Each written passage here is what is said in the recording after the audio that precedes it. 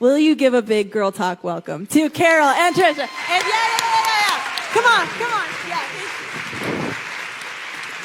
Hello! Yay! We're so excited that y'all are here tonight. Mm-hmm. Yes, we are. Talking about the holidays. Because they are upon us, right?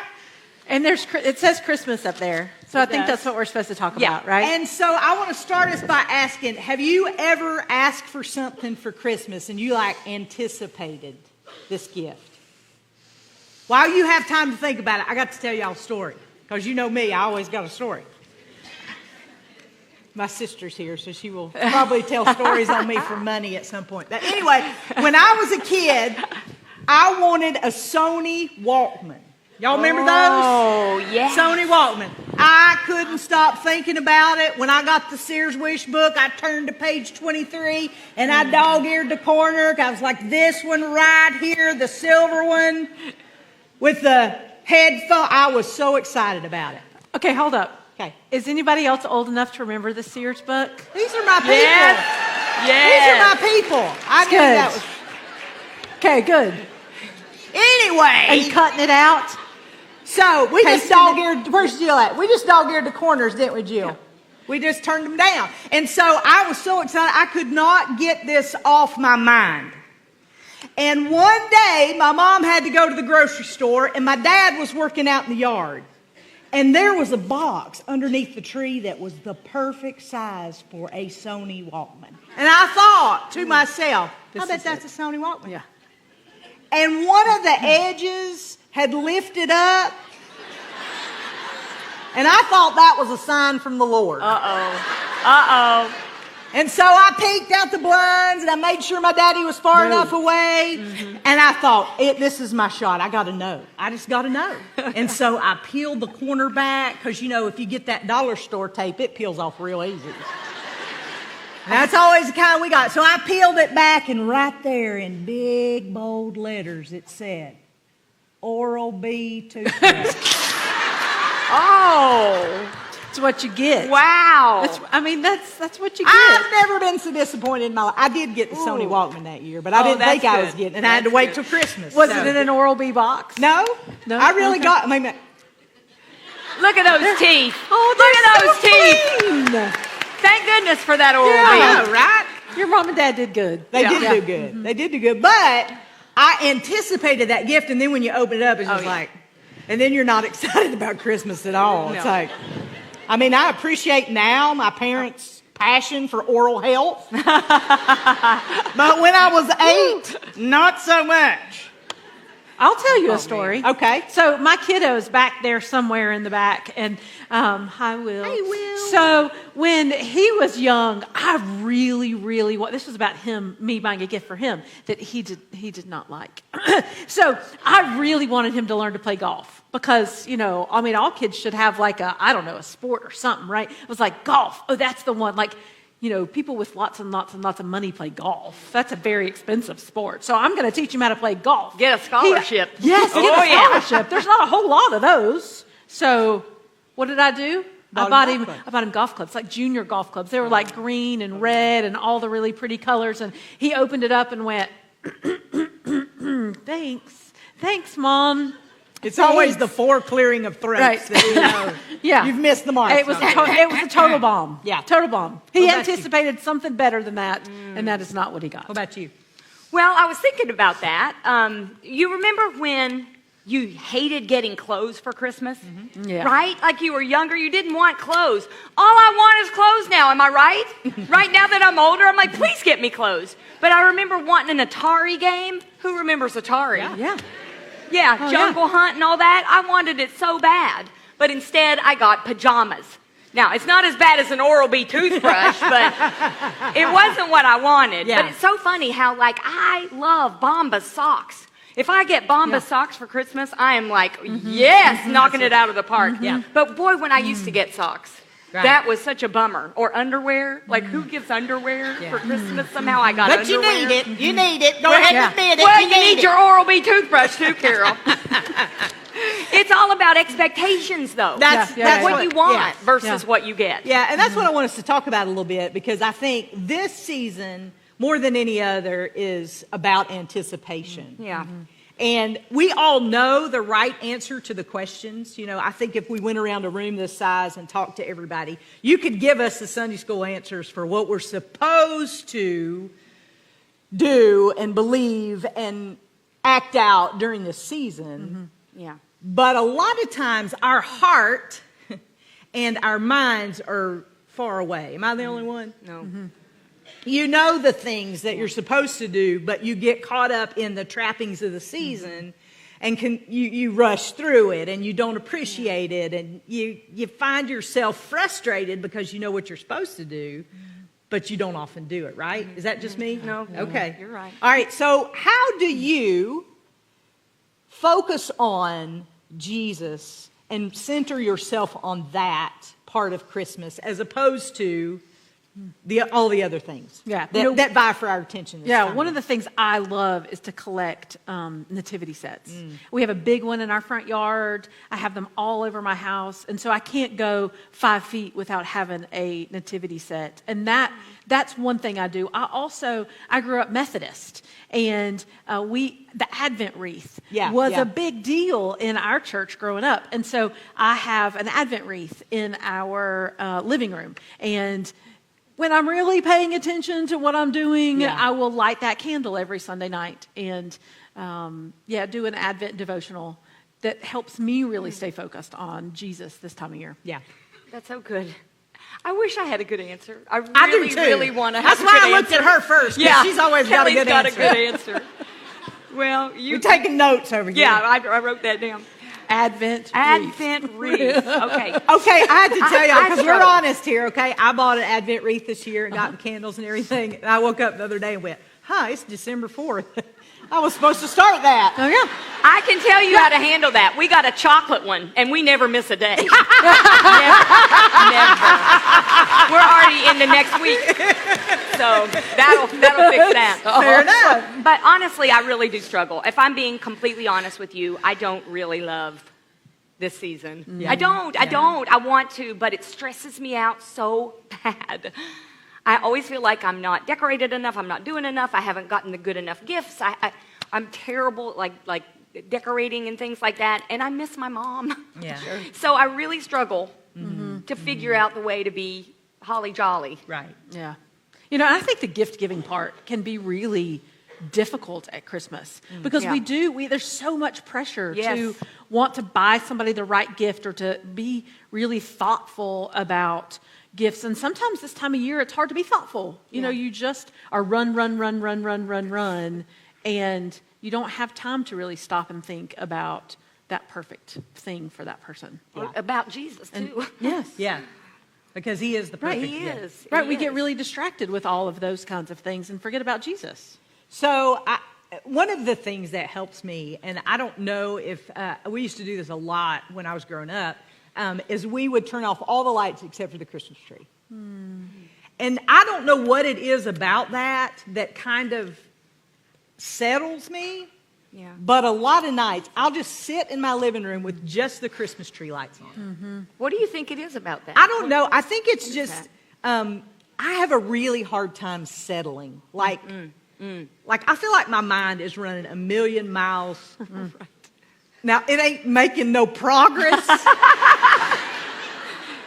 That's Think a different hamster story wheel. for a different day. It's not getting anywhere on Treadmill. any of the subjects. It's just running them over in there.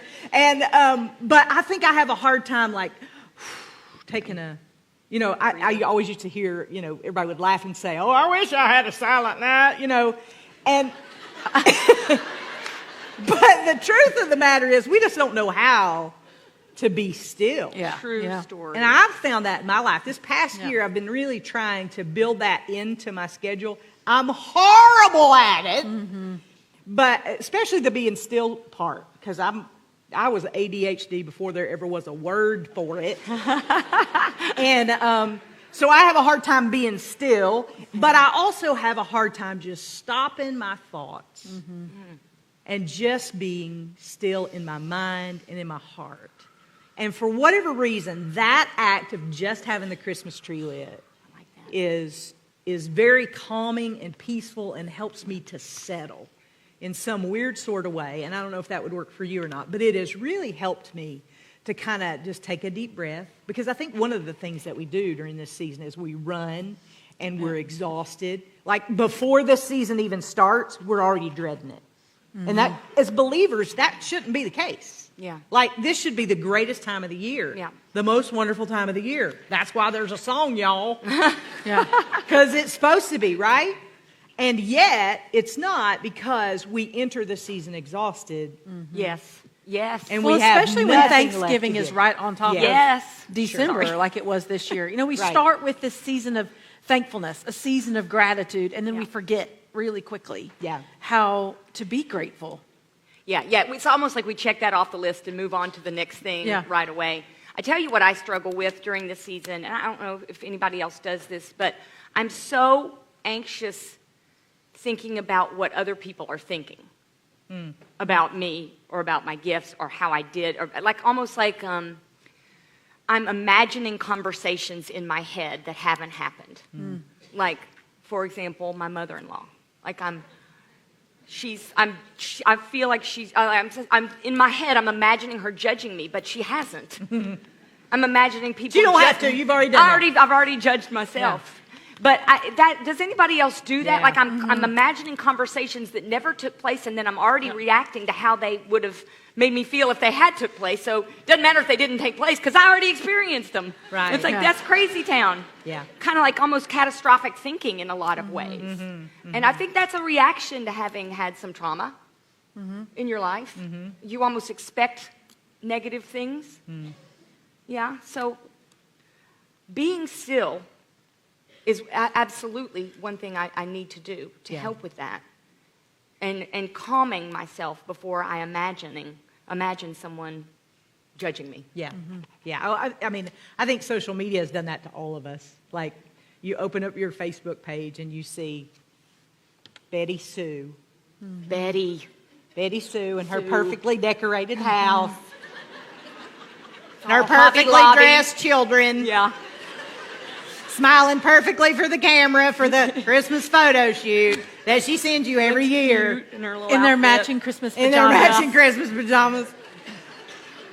It's me and my daughter, and we Yeah. can't get a good Christmas photo. What is wrong with that?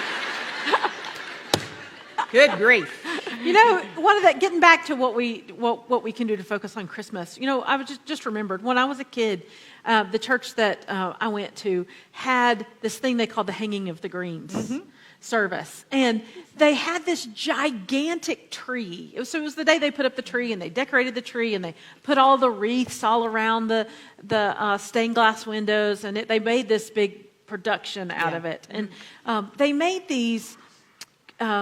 Chrismon ornaments that were all made out of white beads and gold beads, and little old ladies in the church had made them, and they were crowns, and they were crosses, and they were lambs, and Symbolic. they were Yeah, all all different symbolic. symbols of different things. And it was such a time of really centering at the beginning of the season. So they did it like the Sunday after Thanksgiving, and everybody would come to the church, and they would sing Christmas carols, and they would read scripture, and we would one by one go up, and each person got a ornament that they could hang on the tree. And then there was a dessert, like a covered dish, but a dessert covered dish afterwards. And somebody always made those like Rice Krispie treats, but they weren't Rice Krispie treats. They were made out of cornflakes, and they were shaped like holly, and they were dyed red and green. Y'all remember? And they had the red hots on them. Those were my favorite. But it was just such a time to center and then have fun and fellowship. We got the Christmas poke with the orange and the raisins and the spearmint gum. Did y'all get those? Right there's my friend. There you go. And you wondered if those raisins were from last year? Oh, they were. They were totally from last year. Anyway, sorry. Sorry. So I always do that, don't I? If anybody has the recipe for either of those things, just send them to us. Not the Girl poke Talk bag, at I got it. thelightfm.org. Yeah, I got the poke bag. Did they do those? No, I don't know what the Christmas poke is. What is it?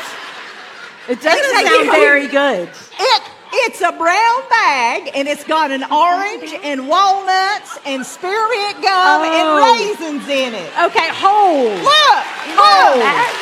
See? Whole, not like cut up together. Not bag? like No, not whole. It's a bag. There's a bag? Okay. Like a poke All right. you can take home with you. I don't know what It's that on its is. own to-go You bag. don't know what a poke Is that what it is? No, like a poke. No. Poke. Christmas poke. These aren't country girls. I don't know what you're talking about. Everybody here knows what a poke is, don't you? Okay. I'll learn. We'll All learn. right, We'll be on it this time next All right, year. I'm going to get off the poke and get us back on subject here, I promise. Jesus. Jesus, yeah. That's the subject. Jesus. So, I don't mean to a whiplash here, but our Yes, you do. station, yeah, no, I do it every Yes, time. you do. Our station is located in Asheville, if you don't know that, and the devastation that we saw from Helene, and I know some of the communities around here suffered as well, was a sobering reminder to me of the reason that the radio station is where it is. And I found myself more times than not saying, God, don't let it take a natural disaster to get me back to what really matters. Mm-hmm. Yeah. Because so many people, people are now saying, oh, well, things are getting back to normal. Y'all, I mean, just being totally transparent, it's not going to be back to normal for a long time. Yeah. We are still driving by debris every day. We are still walking alongside people who are living in campers in below 30-degree weather. We're still walking with people who don't have running water in their. I mean, the need trauma. is still great. Yes, and there's so much.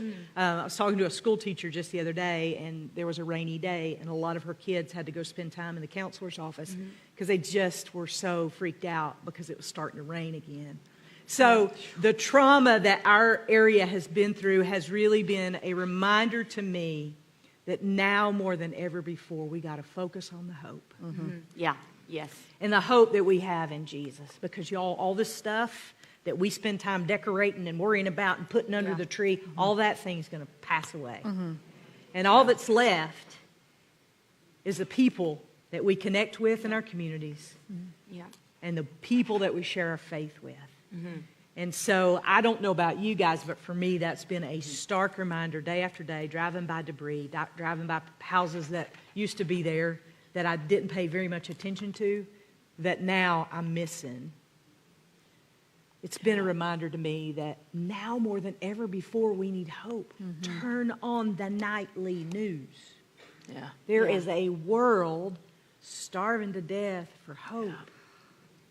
And if we as believers really do believe in the hope of Jesus, and if we're living that out in our lives, you couldn't keep the people out of this auditorium. And so it's more important now than ever before for us not only, to have hope, but also to share that hope with other people. You know, and that was one of the things that I was the most impressed with Helene, is how the churches, how God's people showed up and were the hands and feet of Jesus to people who had heard all kinds of bad things about Jesus, all kinds of wrong things about Jesus, who didn't know him in the way that we know him. And they got a different taste of what it means to follow Jesus and what it means to look at somebody who follows Jesus. And for those of you here who were the hands and feet of Jesus to your communities during that time, thank you. Or who came and volunteered. Yes, or came up to Asheville and volunteered, or into one of the other communities. It mattered. So thank you for doing what you've done. Yeah. And you're still doing it. People are still doing it. And people are hungry to see Jesus now, to hear about God now. And when they see us, even if we're traumatized, even if we're hurting, leaning into God now, they're paying attention. Yeah. It's like they're more interested than ever. If you have ever been through a traumatic time, that is your moment to show where you find your hope. And so now is all of our moments. And I know for me personally, just to lean into God, even though I may or may not feel the Christmas spirit, but leaning in and finding and sharing that hope is more important now than ever before. People are watching. Yeah. So tonight is all about that hope. Yeah. And we do not want one of you to leave here tonight without that hope. That is why this podcast started. How many ever years ago was it now? No, it's 2018. I can't do math that fast. Okay. 6 years? Is that right? 6 years? Yeah. Whatever. So 6 years ago, 6 years ago, we decided, you know what? We're having such great conversations in the hallways. What would happen if we just turned on the microphones? And you have responded in such a way that we've kept going for 6 years, and we're going to continue to keep going because. Thank you. We love you. Because it is our desire to share the hope of Christ with the world, not just with you and your neighbors, but anywhere that God gives us opportunity. And I'm proud of us. I'm proud of us because we're here doing this, which shows that we want to have our focus on Jesus. Yeah. Right? Yeah, right. It's an intentional choice to focus on Jesus. Otherwise, we're going to get swept away in the winds of culture and the to-do lists and the tinsel. But that you're here, that we're here, Natalie's here, Hope's here, we're focusing on Jesus, and I think that pleases God's heart. And the fact that you're willing to stop and take time out of your busy schedule, because we know we've all got more stuff than we can count to do. Got to during make the holidays. pokes, for example. Whatever that is. I'm never going to live that down. No. Not ever going to live that down. That's okay. I'm okay with being a poke girl. Give me a brown paper bag and I'll make it sing. Can't wait to see it. But the whole reason that we continue to do this is to share the hope of Jesus with you. So know that it is our desire as you sit here tonight for you to know that hope. And if you don't, we'll stay here all night if we need to, as long as somebody's got a poke. And we'll share that with you because that's the reason that this exists. That's the reason we do events like this. We have so much fun getting to meet you and hear your stories. But also we want to encourage you because God has placed you in your community for such a time as this. You are not at your job by accident. You are not at your church by accident. And if you don't have a home church, find one. Invest in community because I'm going to tell you, if I didn't have community, I would be off the rails quicker than anybody. It matters, and it's people speaking into your life and speaking truth to you when you don't want to hear it sometimes, but need to hear it. And so get involved. And I'm not just talking about going to a church. I'm talking about getting involved, being connected with people, letting people see your life and learn from your life because everybody that's around you, there's something you can learn from them. But there's also something you can teach them. That's true. And so that's so important. Being honest, being transparent, being perfectly imperfect during this season is so important right now. Yeah. Anything you would add to the conversation, Ms. Prius?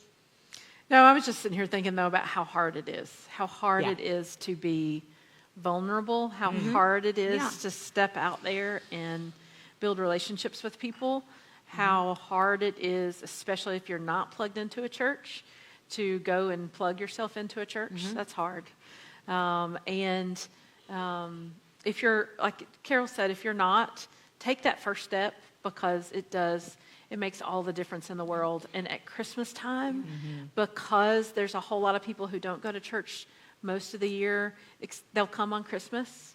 That's a good time to go and be an outsider in a new place, which is hard. It's a hard step to take. I've had to do it recently, and it's hard. Yeah. So grab a girlfriend, grab a guy friend, and go meet some new people. Yeah. And pray. God will give you people. He'll put people in your life who can minister to you and who you can minister to as well. So ask God for that, and He will give it to you. Know that we love you so very much. Thank you for being a part of this podcast family. We could not do it without you.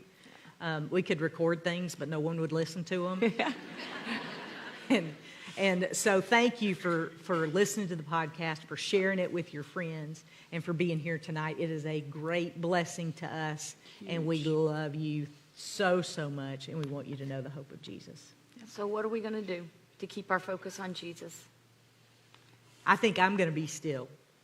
Even though I don't like it, even though I'm bad at it, I'm going to continue to try it. I'm going to lean into God's hope, Sure. even when I hurt, and trust that He's got me. Yep. And I'm going to show up at church where And Jesus' people are and where I can worship with other people who love Him like I do. And I think His Word is always a good place to start, right? Lean into His Word. He's got something to say to you. Thank you so much for being here tonight. That's going to do it for our podcast. So we'll save you a seat and see you next time we gather around these microphones for the next Girl Talk podcast.